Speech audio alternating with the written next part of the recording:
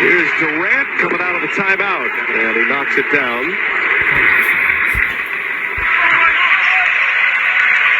voice of the Sacramento Kings, Mark Jones, will have that Celtics-Hawks game tomorrow. Calls the Kings games.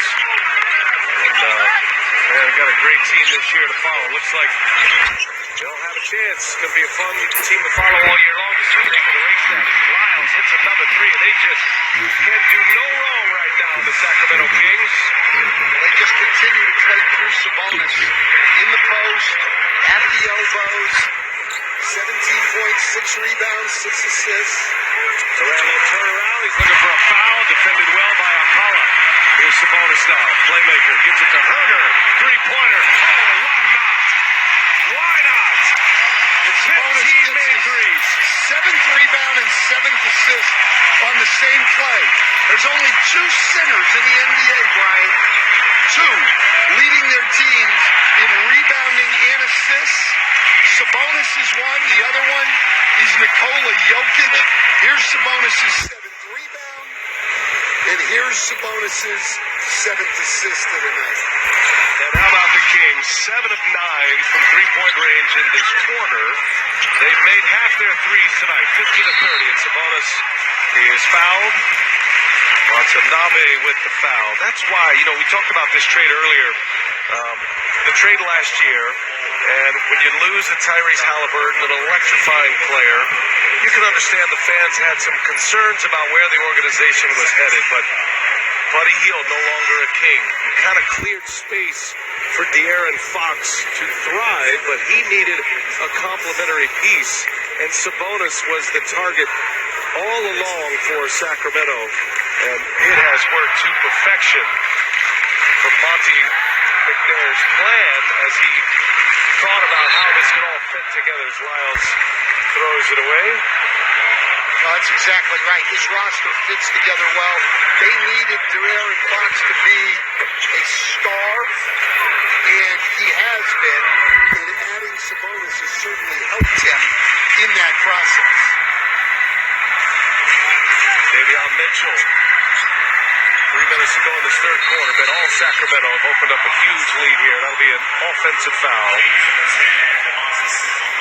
Sabonis picks up number 4, and immediately Metu will enter. Mike Brown, Jared Greenberg, one thing he talked about, I'm not going to go as far as calling him the Ted Lasso of the NBA yet, but changing the culture here in Sacramento was job number 1. So far, so good. Yeah, he had a great, interesting line to describe how he did it that I had never heard before. He said it is about the vertical and horizontal alignment of trust. And he said that starts with him. And he said over the summer, he didn't really look at much tape or stats or look at how he was going to design the offense or defense. He let his assistants do that. And he's finding within these games that he's trusting his players to do things that maybe Coach Van Gundy, he wouldn't have allowed his team to do earlier in his career. But spending so many years with Steve Kerr and learning to calm down a little bit and evolve in his life, he's learned to really embrace the trust factor, and it's working so far. Yeah, it sure is, but let's not downplay how good a coach Mike Brown was when he was in Cleveland. It's great that Mike has evolved and he thinks he's gotten better. That's outstanding. But I coached against him in those years, and he was outstanding as Simmons makes another outstanding pass. I'd let Simmons go big minutes in the second half if I were Jacques Vaughn. He's playing the best he has played since he's been here in Brooklyn. He's starting to play with the aggressiveness we've seen. I'd let him gain that confidence and keep rolling. And back to Mike Brown, that Coach of the Year season, the 08-09 season with Cleveland, 66-win team. He's not a new face, of course, but I think even he had his doubts whether he was going to get a chance to be a head coach once again. He said he had a few interviews and just wasn't quite sure there was ever going to be a fit, and seems like a great fit here with the Sacramento Kings. Durant, a little fadeaway, no good. Lyles there with a rebound coming to the end of this third quarter. Quarters 2 and 3 have just been an absolute blitz for Sacramento, and Fox keeps the fun going here for Kings fans. He's been relatively relatively quiet, and they're still up big. 14 for Fox. Does have 8 assists. Haven't really needed him. Watanabe to Simmons.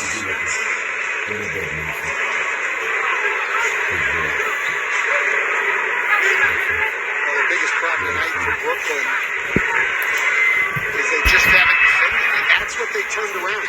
The first 8 games of this year, they were the worst defense in the NBA. 2-6. That was with Kyrie Irving. 2-6. Worst defense in the NBA. And over the last 6 games, the best defense in the NBA, but not tonight. They have not been able to stop Sacramento at any point in the game. I don't think they've put together 2 or 3 good defensive possessions in a row at any point, Brian. Getting dominated in the 2-point range, too, which is something that Brooklyn normally does well. John Vaughn going through the mental Rolodex. Trey Lyles at the free throw line. Sacramento, 63% field goal shooting. They're 49% from 3. And excellent from the line as well. Listen to Mike Brown from tonight. Good, stay! Up! Good, stay! Stay! Stay, Thomas! Stay! Right here! Right here! Come on, Foxy!